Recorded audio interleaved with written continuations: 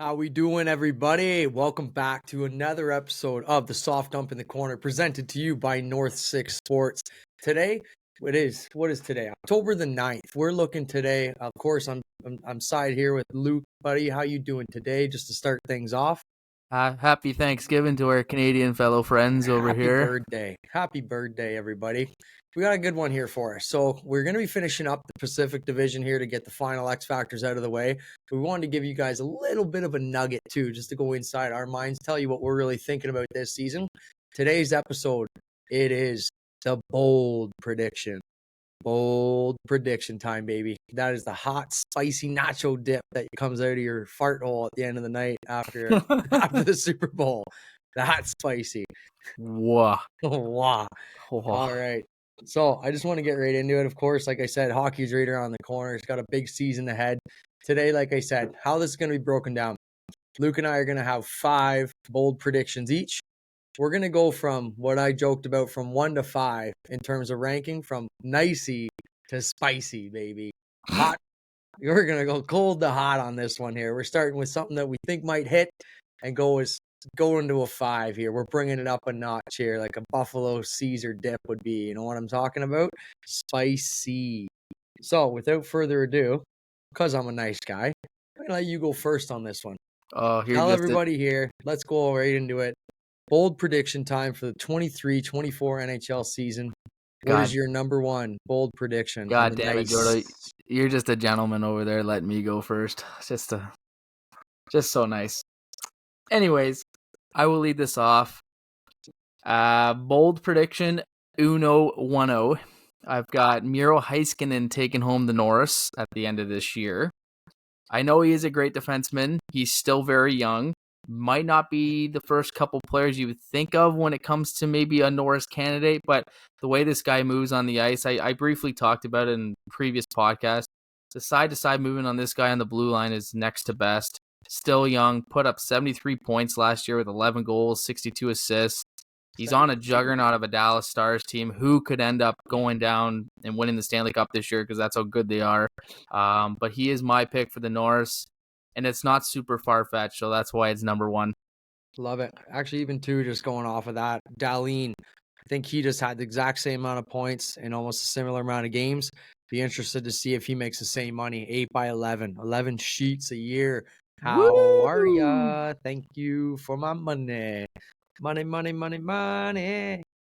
Money, money. All right, love that one. Yeah, no, I mean, I think that's hittable. It really is. He's like you said, he's a sick hockey player. They got a lot of good offensive talent in Dallas. A lot of guys that can put up a lot of points there, right? Yeah. But also, obviously, he being an absolute elite defenseman in the league. My number one on the nicey section in my bold predictions. See what I had here. I'm going nice and easy off the start here, and I'm going to say the Maple Leafs will finish in the top 5. Yeah. But my bold prediction is they'll finish top 5 despite being bottom 10 in goaltending, goals against. I don't believe strongly in this defensive core. I really do think they're going to be chasing a lot of games like they always do. If you want entertaining hockey, you watch the Maple Leafs. It's back and forth. You might not see much hitting. You might get a little bit out of Revo this year.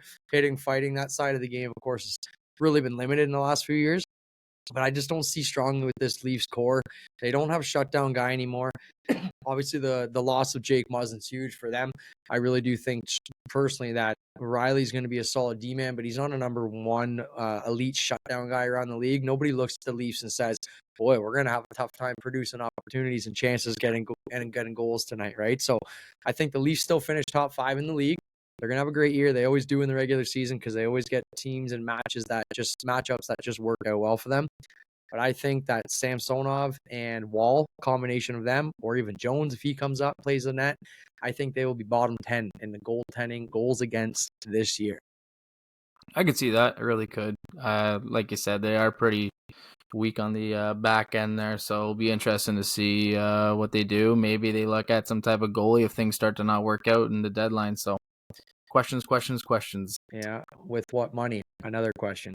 All right, why don't you jump into number 2, bold prediction for this year? Number 2, we are going to fly out to Long Island and I've got Matty Barzal, 80-plus point season for the kid. I think he's going to have a bounce back year. After his rookie year at 85 points, we haven't really seen that production that we saw in his first season. So hopefully with the help of Bo Horvat and a few other offensive players, especially with the coaching change in Lane Lambert, hopefully we can see this kid start producing offensively again, because he's just like super skilled. If he was on any other team, he would be putting up these points. So especially when I have him in my fantasy team too, so I could really use some points there. But really hoping for the best for this kid, because I've liked him since junior, and we'll see what happens. Love the player, always have. I just always said, in an offensive scheme, offensive minded coach, etc., more guys to play with, and that guy could be potentially a 100-point guy. I've said that multiple times before on this podcast to you in chats. I really do think that that's also easy to do. 80 points, I would even go higher, truthfully. Yeah. I wouldn't even say that's a bold prediction. I think if anything, you're looking at, hopefully from that perspective, like a ceiling or a floor, excuse me. A floor number for Matty Barzal, pushing a point per game for the first time in his career. Yep. Paul Horvat coming over this year as well. Noah Dobson getting a little bit more comfortable at the NHL. Absolutely. A few other solid guys in their top six. I like it. That's a good one to stick with on that one. My number 2. It's a bit of an unpopular opinion on this one, I'm sure, but my bold prediction number 2 for the 23-24 season, Sidney Crosby and Alex Ovechkin era is over. Ooh. I have both Pittsburgh and Washington missing the postseason again for the second straight year. Ooh. I really don't think strongly of Washington this year, personally. A lot of people are sitting here saying, Ovi's going to have a career year and do this and do that. As much as I wouldn't be opposed to it, who do they have in their top 6? Who do they have in their forward group, their defensive group? Their goaltending's not that strong anymore. I wouldn't be shocked this year, and I hate to say it, if Washington's a bottom 10 team in the league. Truthfully, with the injuries to Backstrom, of course, Tom Wilson's not necessarily going to be able to just jump in and start scoring a point per game. Obviously, everyone already knows what their power play is going to be all about with Ovi and Carlson running that. Carlson's a huge X factor, as we talked about. Go listen to other podcasts if you need some proof of what we were already talking about with that regard. But realistically, man, I just don't see it this year. And you got to think, too, that might hurt Ovi's goal totals if he's not tucking back those 6 to 7 extra empty netters because they're playing from behind all the time.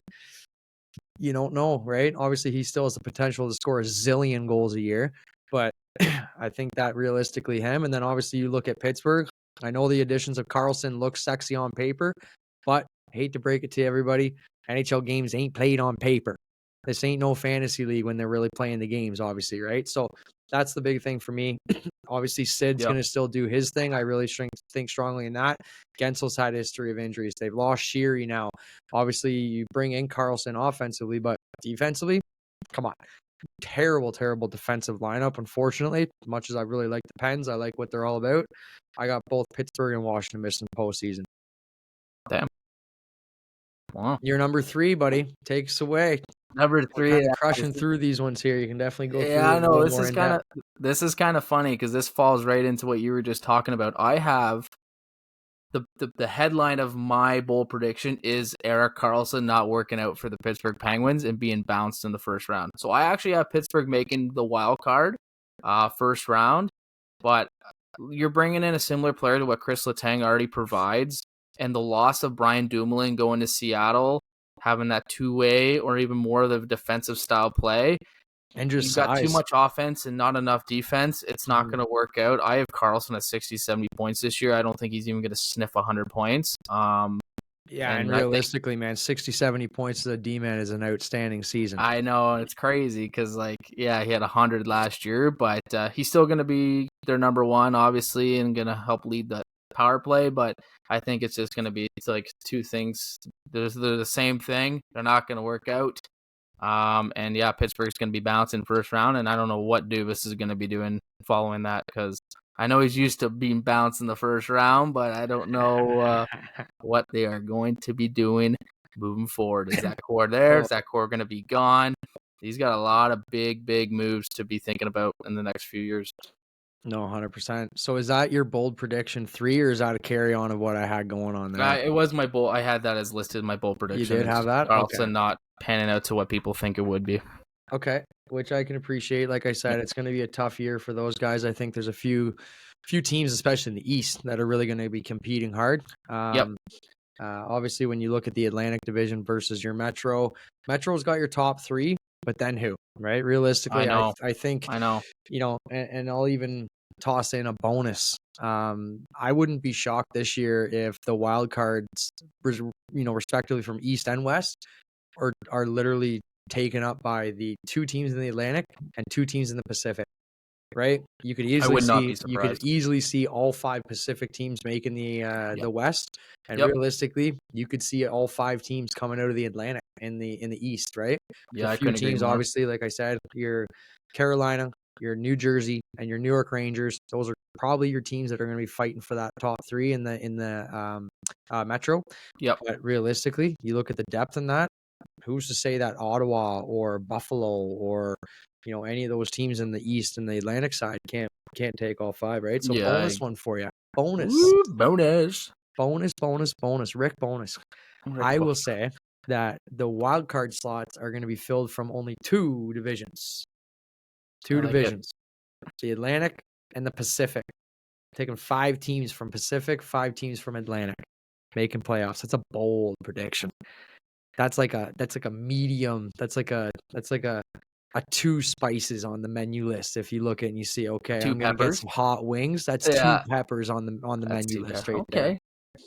there. That was your 3, yeah? Moving on to there. So my number 3, let's see what I had here. I'm gonna go off actually and do this one here, switch it around from what I had as 4, but I'm gonna go on 3 and just say this one here. I truthfully believe this year that 5 Canadian teams will make the playoffs.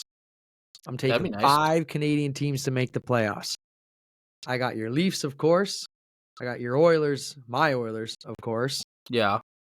And here's where it gets tricky.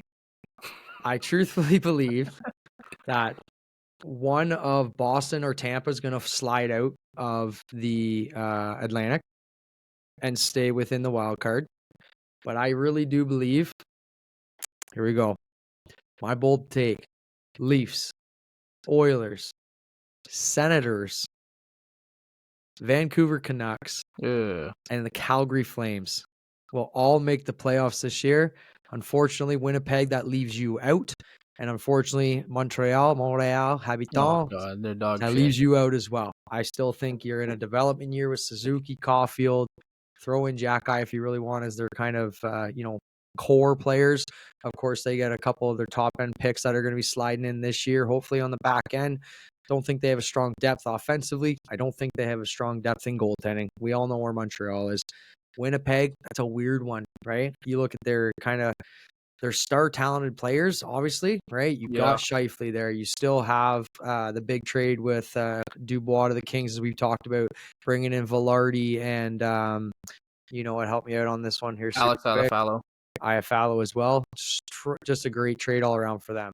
Yep. Question marks in net. Does Hellebuck still want to be there? Of course, we found out just today that both Scheifele and Hellebuck have signed long-term deals. I think it was 7 by 59, I think, correct? If I saw that right? 8.5 AAV. So, realistically, solid AAVs for those guys. I think the production is going to be there. But do they want to be there?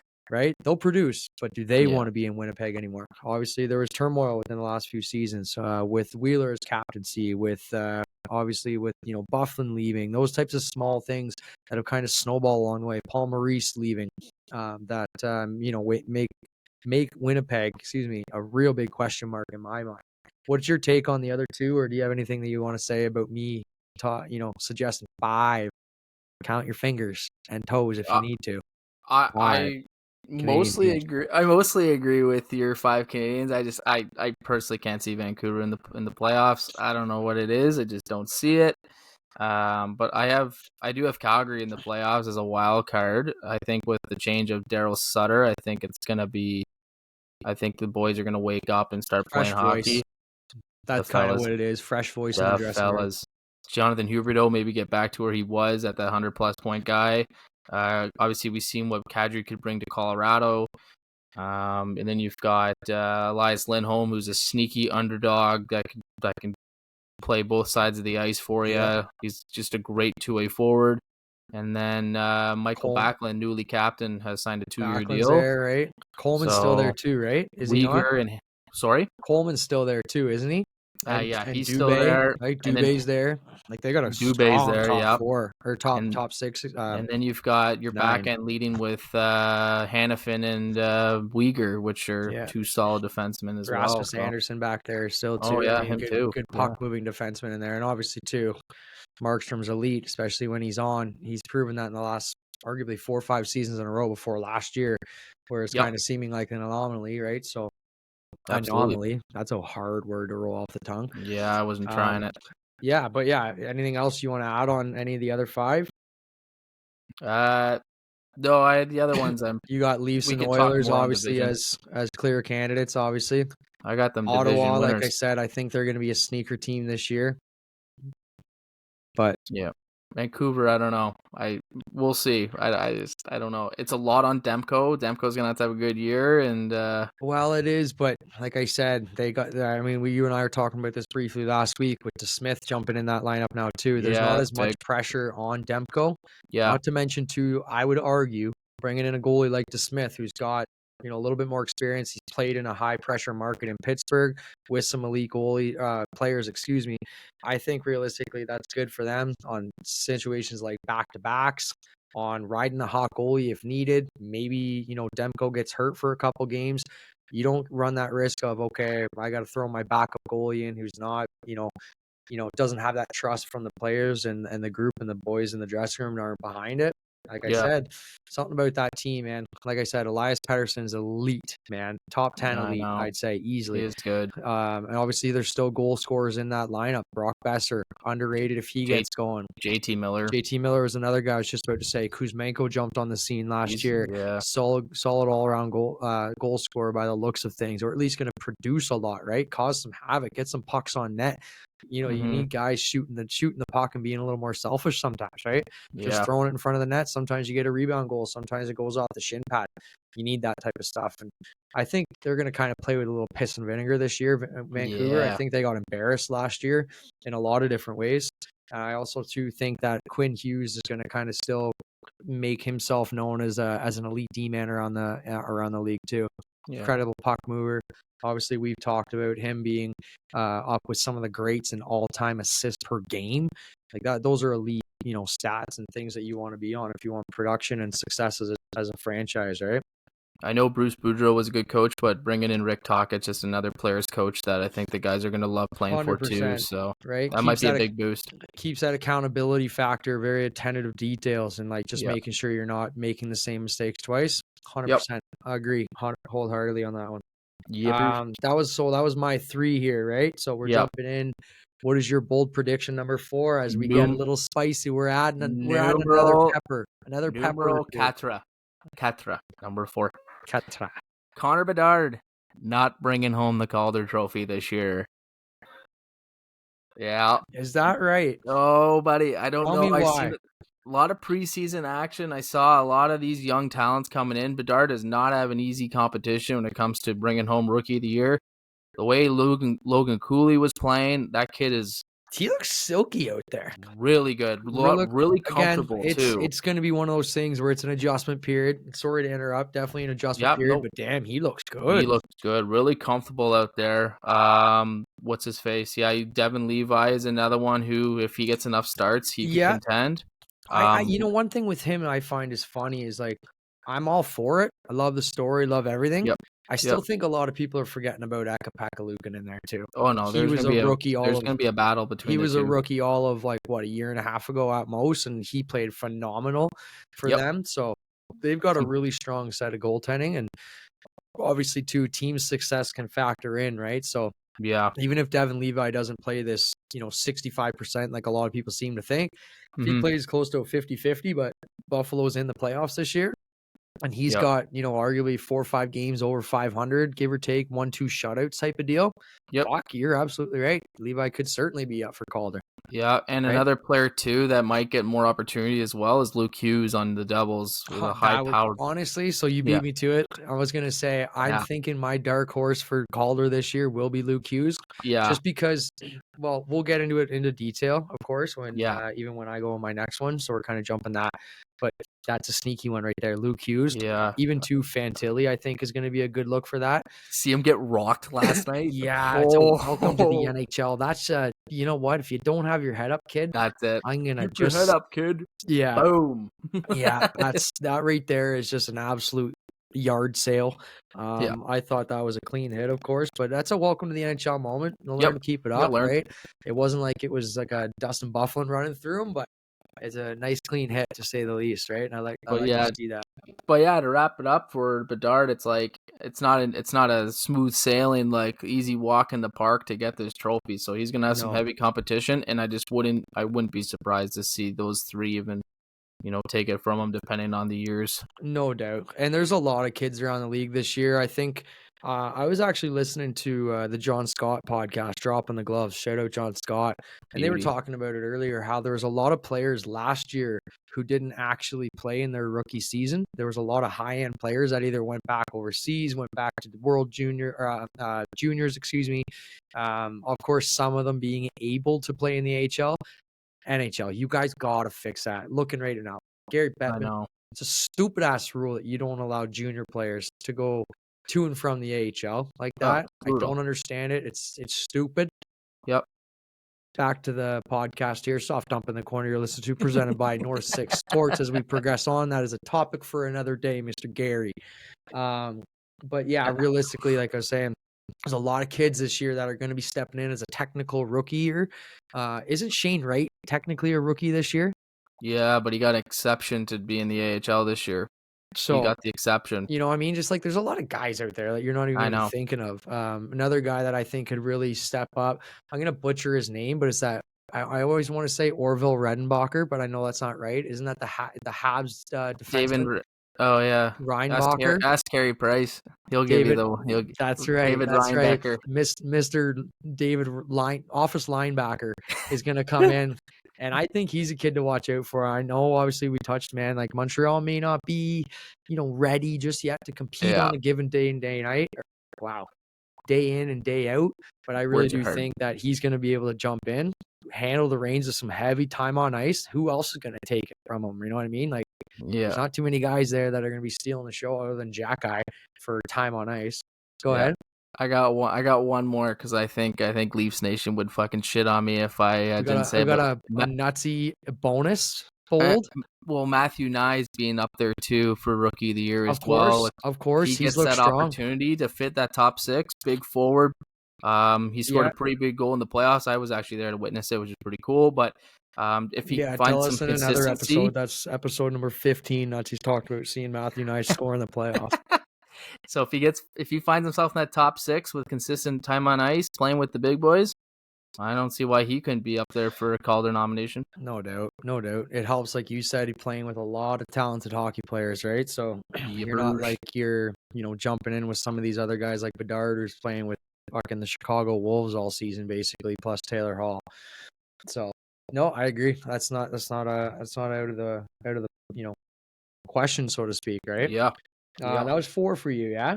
Yes, sir. All right. I'm going up, bringing this one. It's not an overly spicy, but I think this is a spicy one here. So this is kind of a two-parter. First and foremost, my bold prediction number 4, the 4 spicy peppers. I'm going to say 2 points here. New Jersey Devils will lead the league in overall goals scored this year. But my bold take out of that is they're going to have 6, and I repeat, 6 30-plus goal scorers on this roster. They will have 6. And let me read you the players that will score 30-plus goals this year. Tyler Toffoli, brand new addition over. He's going to absolutely tear it up with the Devils. He's going to probably play with Jack Hughes, if not Heischer. 2 nasty centers. Poor guy. Yeah, seriously. Just let me stand out. Let me stand out front, fucking tickle the rafters with my stick as I line up a one-timer to go top titty 2x4. 35 Okay. tucks this year is what I'm calling for Toffoli. Secondly, Jack Hughes. That's a given. Come on, Yep, easy. that's obvious. I really do think he's going to tap 100 points this year. 99 last year. One more is doable. Timo Meyer, number 3, third goal scorer, 30 goals for next season. Good to see Of that. course, came over as a huge addition from San Jose last year at the trade deadline. Got his massive bag. Thank you for your money. And I think, truthfully, he's going to be easy as well. Playing with Jack Hughes likely all season on the top line. He's a power forward. He's going to be able to really drive that play. But like you do, all you got to do with a guy like Jack Hughes out there passing the puck is like Don used to say. And what did Don used to say? Keep your stick on the ice. I think he's going to have 30 tucks. Yeah. Easy. I could see Meyer actually coming closer to 40. All right. Whoop. Number 4, Hischier, right? Mikko Hischier. Easy pick. Number 1 overall, what, 4 or 5 years ago, 5, 6 years ago, Yeah, roughly? 2018, 2017 All maybe. he's done is just basically been a Selke candidate for his entirety of his career from day one. Just unbelievable. That's the reason why they're so good all year and all around. And you can have the likes of Jack Hughes just go out there and just think offense first. I think Hischier, truthfully, playing with the likes of Toffoli, even a speedy Jesper Bratt out there too. I almost made it 7 30 goal scorers, but I don't know if Bratt's gonna do it. Jasper Bratt. He might put up 28 or 29, but that ain't 30. Ask Mitch Marner if 99's 100. So I think, truthfully, Mikko Hischier. I got Dawson Mercer. Kid came out of nowhere last year, put up 24 or 27. I think it was 27 rips out of nowhere. Going to get some power play minutes, I'm assuming, this year. He also tickles the rafters when he raises that stick. I feel like he uses like a 9-10 foot stick like Chara used to. And then last but not least, this one's a shocker one. This is why it's bold. This is why it's a 4 pepper instead of a 3. My 5th 30 goal scorer from the New Jersey Devils, Dougie Hamilton, from the back end. From the back end, scoring 30 tucks as a D-man this year. My God. Guy put up 22 last year as arguably a pass-first kind of guy. He's going to dominate this year on the power play. I think he actually is going to touch a point per game. He's going to come close to a point per game this year. Dougie Hamilton with the Devils correlates with my highest scoring in the league. They're going to score most goals. The Devils are going to have the most 30 goal scorers as well this year.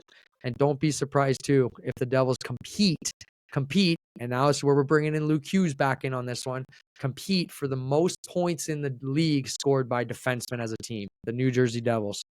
That is my bold prediction, number 4, with a couple spicy peppers. Whoa, that's spicy. That is spicy, sir. That is spicy. That's a good one. Oh. All right. Time to take us on. Unless you got anything else you want to say about that one there. I think the only one. I'm sweating because it's so spicy. You could have fun. Woo! Woo! Yeah. Let me wipe the sweat from my brow, baby. Johnny Bravo, baby. The only one I could swap out is maybe Hamilton for Bratt. But I was this close. To saying, yeah, you know, what was I was the Calgary Flames against the Lightning in the Stanley Cup final. This close to scoring, or for the Devils, 7 30 goal scores. Could you imagine they have 7 30 goal scores? That'd be pretty tough to compete with. Ridiculous. Last but not least, and folks, I know you've been waiting for this the whole time, so I appreciate you sticking out with us this one. We're bringing the spiciest of the peppers, the spicy meatball, as they like to say, huh? Yes. We're bringing this. So but like I said, we chatted. I don't know what he's going to say. Kind of an idea, but I don't know what he's exactly going to say because I forget it already. But this is our spicy. This is our boldest prediction of the upcoming season, 23-24 season, NHL bold predictions list. Who is or what is your number 1 or technical 5? What is your boldest prediction? Wendell Clark coming out of retirement. Wendell. Good old Wendy. All right. We might as well be a Devils podcast because I'm going to continue on the old Devils train. Mark my words, everyone. The New Jersey Devils are going to enter the playoffs with Connor Hellebuyck as their starting goaltender. Whoa. Whoa. Jets fans, how we feeling? Yeah, they hate me. Jesse Pollock is gonna rip my head off. All right. So here's the thing.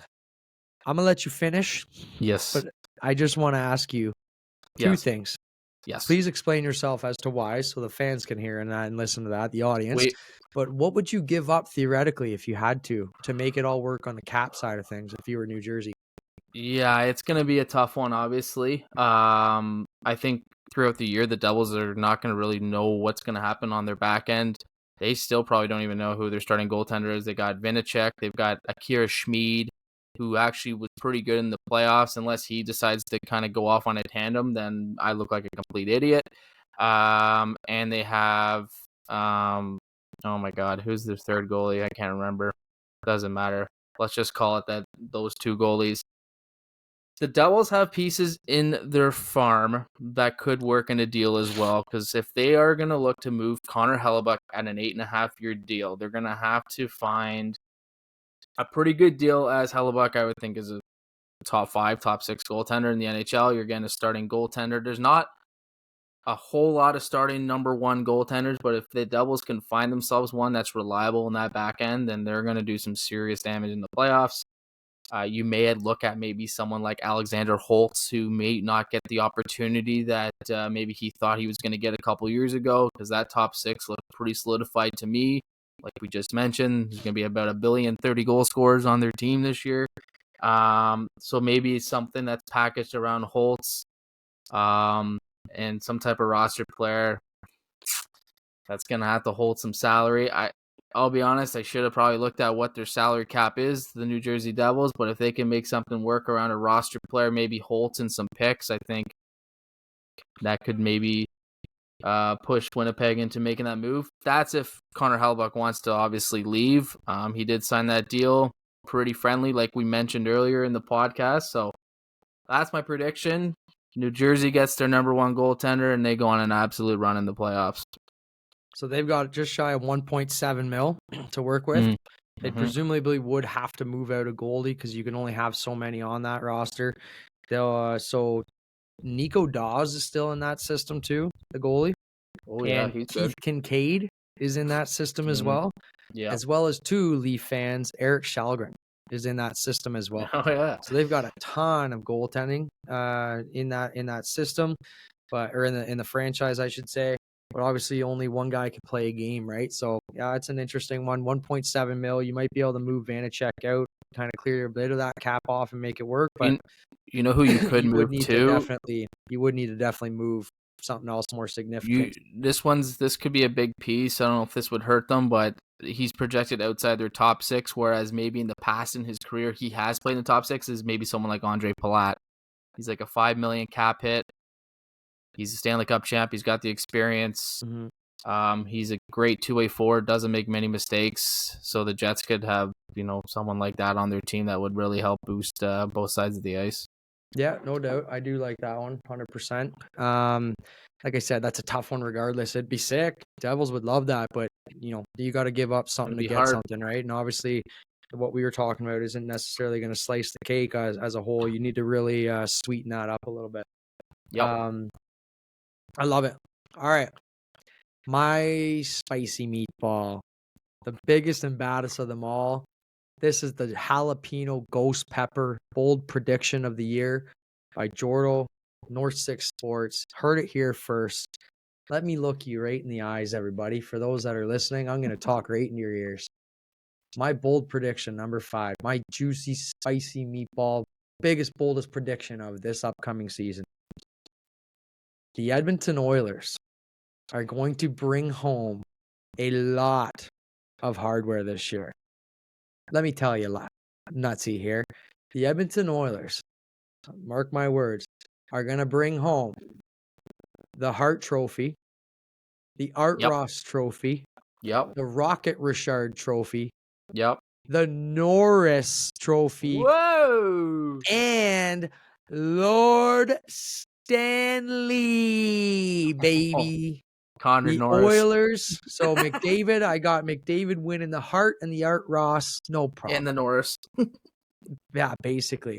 I've got Draisaitl He's getting into the 60s with his goal scoring this year. I think that power play is just disgusting. Even if their Oh power God, play yeah. digresses from 32% even down to 28, 29%, so Yup. be it. So be it. They're going to score their goals on their power play. Draisaitl's disgusting. I think he wins your Rocket Richard this year. And I've got Evan Bouchard. Biggest, Ooh. boldest prediction. This one might be the hardest one of them all. I got Evan Bouchard coming in and taking home the Norris. Guy was a 23-minute-a-night player playing with Matthias Ekholm, albeit an elite defender. Bouchard put up 1.41 points per game in the playoffs last year. 1.41. And just for everybody out there questioning if he plays a full season at that point production, that is 115.6 point per game pace. Will he put up 115 points? No, he will not. But can he put up 85, 90 some Oh odd God, points yeah. and arguably come close to one of the all-time best seasons of power play points scored by a defenseman in the year? Absolutely. And let's not forget, everybody, what is this guy's nickname? I'm choking on my words because I'm I salivating like over it. this His one. nickname is. This nickname is Salivation Station, baby. The Boosh Bomb. This guy's got an absolute rip. Stop laughing after the word. Absolute rip of a shot. Although I know if I saw a stat, he's probably the guy that puts the most one-timers into shin pads. That's got to change. But I'm telling you right now, bold prediction, Edmonton Oilers, Hart Trophy McDavid, Art Ross Trophy McDavid, Rocket Richard Trophy, Draisaitl. Evan Bouchard takes home the Norris. And last but not least, as like I said, the Edmonton Oilers, baby. The cup is coming home to Canada. The Edmonton Oilers are going to be your 23-24 Stanley Cup champions. You might as well toss in the Ted Lindsay to McDavid too. You know what? Maybe I'll just give the Jack Adams right now. Give it to Woodcroft. You might as well take everything home, boys. This is our season. Everything's coming to Edmonton. They'll have the award show. Everything. They'll have the award show in Vegas, and they just invite the Edmonton Oilers. That's it. The ESPY's Edmonton version. Not Yeah. bad, though. Honestly, Yep. though, and then you know what? I know it's a 5 spicy pepper ghost series. Those are hittable. Oh, it's not very. Those are out for hittable. lunch. Hey, it's not as bad as Sagan for the Rocket. Yeah, I did say that. If we'd like to go back and check out my predictions of last year, I will be the first to admit it. Hey, hand up, high held. I had Tyler Sagan leading the league in goals scored last year or 2 years ago. 2 years ago. Yeah. And I think he put up 30. That wasn't going to cut I didn't do it, did it? That wasn't going to cut it. No. It's not a season low. Just wasn't it. But yeah, so anything else you want to add on that fifth spicy meatball there? Oil No, City? I like it. We can get into division predictions, but I have the Oilers really high up. I really think, especially, we'll even get more into it, but even with Connor Brown, as small of an addition as he is, I think he's going to play a huge factor in their team. But it's not far-fetched for them winning the cup. Connor McDavid is too good not to win a Stanley Cup, so it's coming soon. Whether it's this year, the next couple years, he's going to have a ring on his finger at some point. You want to hear another one too that I'll even just spice up just a little bit? You know who else is going to be a good candidate to win it? I don't think he's going to win it, but a candidate for another hardware? Jack Campbell will be a Vezina Trophy finalist this year. That's bullshit. I is have a bold Stuart Skinner prediction. in my pool. Fuck that. That is my bold prediction is Jackie Campbell finds his way. Do I after a drop long Skinner? off season, getting it back together. Played solid when he came in and needed to in the playoffs. I've been watching the Oilers preseason, and Jackie Campbell's stopped 104 of 101 shots out of 104 shots total. Do the math on that one, folks. Guys looked incredibly well. Banking it right now. Skinner? Jack Campbell will be a Vezina Trophy finalist. Do I drop Skinner? We can discuss some fantasy value come down the road. I think Skinner still has incredible value because I wouldn't be shocked if the Oilers compete for the President's Trophy, which gets you the most points, which gets you the most wins. And when you got the Norris Trophy winner on your team, realistically, you're going to be winning a lot of games with a lot of shutouts, like the Oilers are going to do this year. With that being said, thank you very much, everybody, for listening. It's been another edition of the Soft Dump in the Corner podcast. We'll hope that everything comes true. Drop those future bets on everything that we just talked about, because you know what? Everything is going to come true. What we say goes around here, and that's the way the cookie crumbles. Nutsy, thank you again for joining me. Thank you, everybody, for listening. Soft Dump in the Corner podcast presented by North 6 Sports. As always.